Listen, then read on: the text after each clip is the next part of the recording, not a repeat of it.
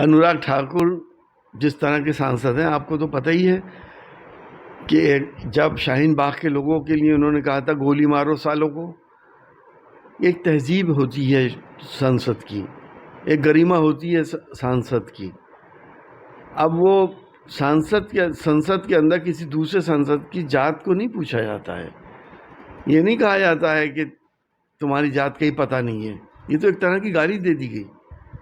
तो senior member होते हुए पार्लियामेंट के ये बात उनको शोभा नहीं देती। जाति जनगणना हम इंडिया गठबंधन के लोग कराएंगे और हमें उम्मीद है कि जल्दी ही कराएंगे। देश के अंदर सिर्फ 5 से 10% लोग राज कर रहे हैं। 5 से 10% लोगों के पास सारी पावर है और सारा पैसा चंद लोगों के पास है। जाति जनगणना से हमें ये एहसास होने लगेगा कि कितनी पॉपुलेशन किस जाति की है, उसकी भागीदारी भी होनी चाहिए उसके हिसाब से। तो इसलिए वो बहुत ज़रूरी है। उन जातियों को जिनको इंसाफ नहीं मिला, जिनका हक नहीं मिला, उनका हक दिलाने के लिए हम जाति जनगणना के पक्षधर हैं और एक न एक दिन करा के ज़रूर मानेंगे। सर, यूपी में अवैध धर्मांतर को लेकर योगी सरकार ने, देखिए, अगर किसी लोभ लालच देके या किसी प्रेशर में धर्मांतरण किसी का किया जा रहा है तो वो गलत है।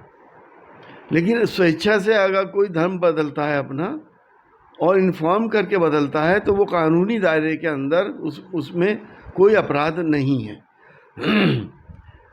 एक दौर है कि जब से इंसानों की तारीख का हम लोगों को पता है, इश्क मोहब्बत ये हमेशा से चलती चली आई है। लैला मजनू, शीनी फरात ये होते चले आए हैं।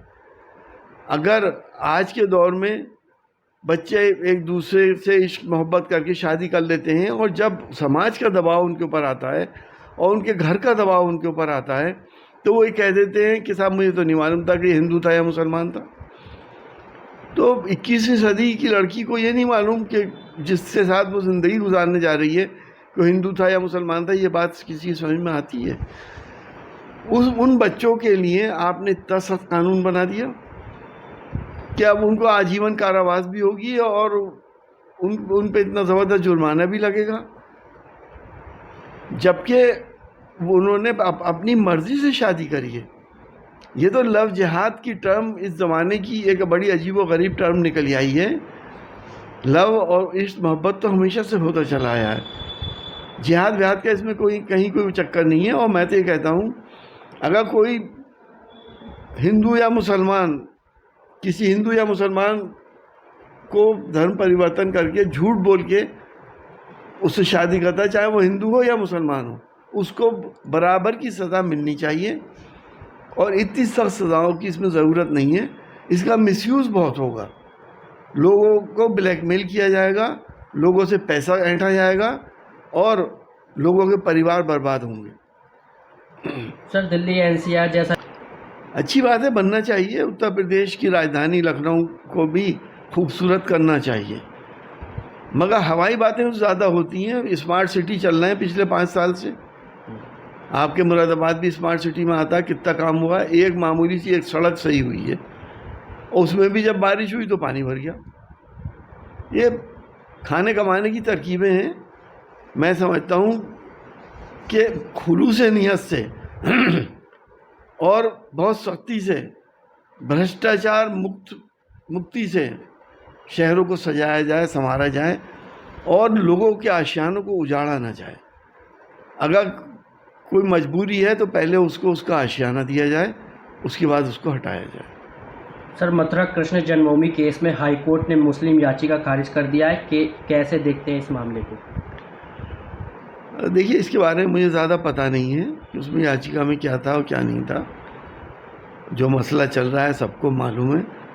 हाई कोर्ट सुप्रीम कोर्ट के ऊपर मेरा बोलना मुनासिब नहीं है। सर, प्रदेश सरकार द्वारा पेश किए गए नज़ुल, देखिए, नज़ुल भूमि अंग्रेज़ों के ज़माने से चली आ रही है